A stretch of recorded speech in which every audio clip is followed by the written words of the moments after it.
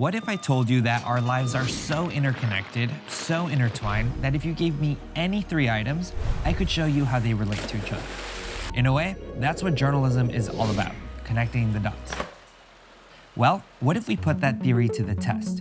My name is Fernando Hurtado, and this is Connect the Dots, where we find out how 3 seemingly unrelated items are related to each other. So to do that, our team at NBCLX has put the names of a bunch of things in these 3 different bowls. We have issues or topics, events, and objects. I'm going to draw 1 piece of paper from each of these bowls, and then I'll go on a journalistic scavenger hunt of sorts to find out how all of these items are related. So first up is issues. So I'm gonna close my eyes, and the issue is access to water. The Flint water crisis comes to mind, pipes bursting in the Texas snowstorm. Oh, and drought conditions too. Next, we have events. World Series. Okay, I'm thinking MLB, ballparks, and baseballs. Finally, objects or items. Okay, da-na-na. Microwaves. Well, microwaves come to mind, and grilled cheese. Okay, so we have microwaves, World Series, access to water. So I have to find out how these 3 are related.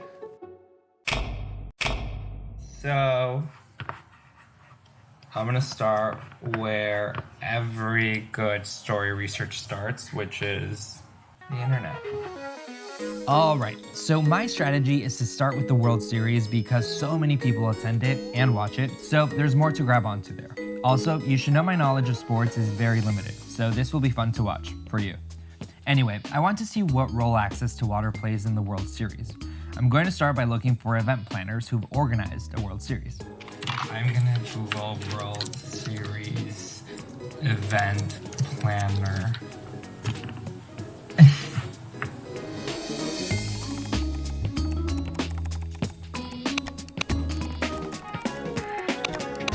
Eileen Buser, I hope I'm pronouncing that correctly, oversees all planning, organizing, and execution of Major League Baseball's corporate hospitality events. Ooh, I'm gonna reach out to her. Interview request from NBCLX. I just got back from a run, and I came back a little early because while I was on my run, I got an email, and the subject line was MLB. And you can see it there. He says, "Hi Fernando, hope you are well. A colleague of mine sent your request. Our special events department is the principal organizer of the planning and logistics for the World Series." Yes. While I'm unclear on what else you might need from us, we at least wanted to get back to you. Please let us know if you need anything else. All the best. I'm gonna email him back and ask him some more pointed questions. So I emailed the MLB back to see if they could tell me more about how much water goes into running a World Series. But I think I got a little too excited with the MLB email. They haven't gotten back to me yet. It's been a few days, so I think that ship has sailed. With a story this broad, I don't want to put all my baseballs in one basket, so I'm also going to email water system experts. I'm going to look for an expert in California because I know access to water is a little tougher here, to see if they have any leads. Good morning. Hi, is this Professor Lund? Yes, it is. UC Davis professor Jay Lund says he's heard some large sporting events put a strain on water systems around the country. Halftime at the Super Bowl, when everybody goes to flush their toilet. Right? And so apparently you can see a big spike in water pressure in many urban systems at halftime during the Super Bowl. Oh, around the country. Around the country. That is funny. Okay, not funny, but funny. Yeah, you might call up a few major water systems and see if they actually do see this effect. Got it. So that's what I'll do. I'm going to email local water management agencies around the country and ask them how water pressure and supply has been impacted during the Super Bowl and during a World Series hosted in their city.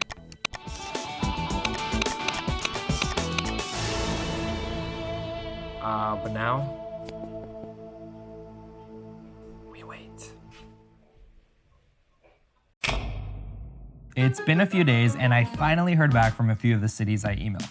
San Francisco said it does not increase water supply during large sporting events like the World Series. Boston said the same thing and that it doesn't see a big change in water pressure either. Houston said it's also built to withstand the increased demand from your flushes during the World Series, but it did say it adds an additional defoamer and ammonia to help break up feces produced during the event. So while interesting, kind of a dead end there in terms of showing how the World Series impacts access to water or vice versa. I did a little bit of digging and I found this very in-depth report about water use from sports stadiums, sports venues around the country in the US. After skimming through that report, I found that the live sports industry uses a lot of water. For example, the NHL uses 247,746 gallons of water per hockey game. I couldn't find how much water is used per MLB game, but I did find this. They basically break up the leagues by attendance from most to least attended. And look, what's number one? The MLB has the highest total attendance of any US sports league. While the NFL has the largest fields of any sport, the NFL has just 254 games a year, and the MLB, 2,425. So to see just how much water goes into running a baseball season, I'm going to reach out to a baseball team, but not just any team. I'm going to reach out to the club that's won the most Green Glove Awards. The annual award is given every year to the MLB club with the highest waste diversion rate. The award has been given for 11 years, and the San Francisco Giants have won it 10 of those years.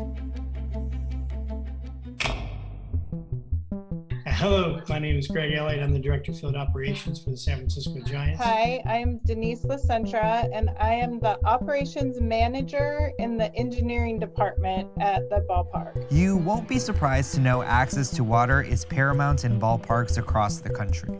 They maintain the field with water, they clean the park with it, they cook the food that the fans eat with it. And it's especially important when a ballpark opens for the first time. Here's a fun fact. When stadiums open up, they do what they call a big flush to test the system. So they put, like, all the employees go to essentially a toilet. And then they get on the radio and say, okay, flush. And then they flush. And they flush every toilet, and then they bring it back. It's part of the process to make sure that your water pumps in the system can get water up to where it's needed in a timely manner. So yes, that's a fun fact, but not quite what I'm looking for in terms of access to water. This is what I'm looking for. Can you quantify how much water is used, whether it's yearly or at one game? It's a lot. I was looking at the numbers, and monthly it's about like 2 million gallons. It's a lot. But it used to be way more. In 2011, the state of California entered what would soon become a 376-week drought. That's 7 years. The worsening drought conditions triggered an emergency drought declaration in 2014. It is official. California is running dry and in a drought. Today, I'm declaring a drought emergency in the state of California. He's calling on all residents to cut back at least 20% of their water use. Oracle Park in San Francisco took that very seriously. We knew this was a moment that would create change for our industry, as well as the county, the state, and everyone else. So they made a few changes. First, to the toilets. Change to low flow flushes and low flow toilets. So you go from a gallon to a liter there. You're saving 3/4 of your water right there. It's a huge savings. Then they changed how they clean the ballpark. The pressure washing, it used to be done after every single game. So now they go through and they'll, some places may not need to be pressure washed. So those places, they'll still be cleaned, but not pressure washed. They'll sweep and mop them. Just in that aspect, they've reduced the usage of pressure washers by about 50%. And then they had to tackle the thing that was using the most water in the ballpark.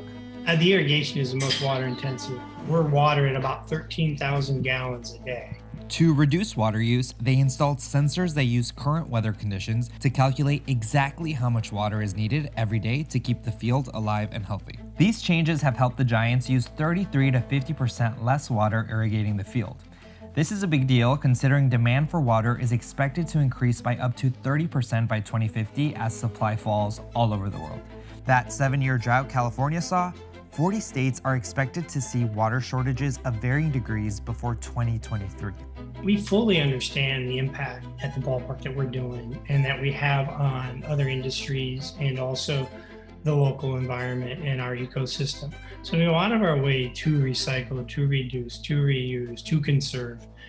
Okay, so far I've connected access to water to the World Series, but I haven't been able to connect microwaves to either. Hello? Hi Bob, it's Fernando with NBCLX. How are you? Oh, yes. How are you? Doing well. Do you have 10 minutes to chat right now? Microwave expert Bob Schiffman says I need to think about microwaves like this one if I want to connect them to the World Series or access to water, not these. If you go to McDonald's or Burger King or one of those fast food places and you have their breakfast sandwich with bacon or Canadian bacon, whatever, those are made on huge microwave tunnels.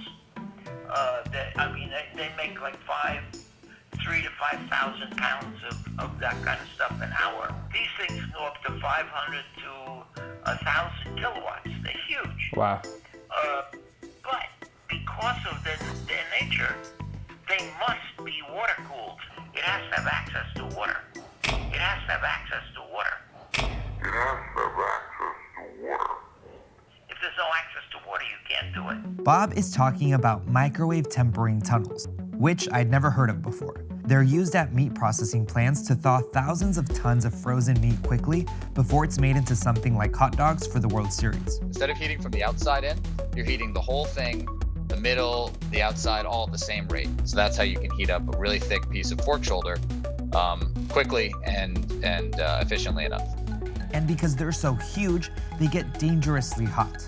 This means you can't just air cool them.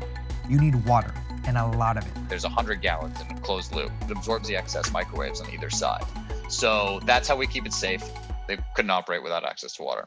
At this point, you're probably thinking, why do I care what a baseball stadium is doing to save water or how microwave tempering systems work? Well, how the industrial and commercial sectors use their water affects all of us, especially considering this. In August, the United Nations put out its most damning report on climate change yet, which says extreme weather events that used to happen every 50 years will happen every 3 to 4 years if the planet keeps warming at the rate it's currently going.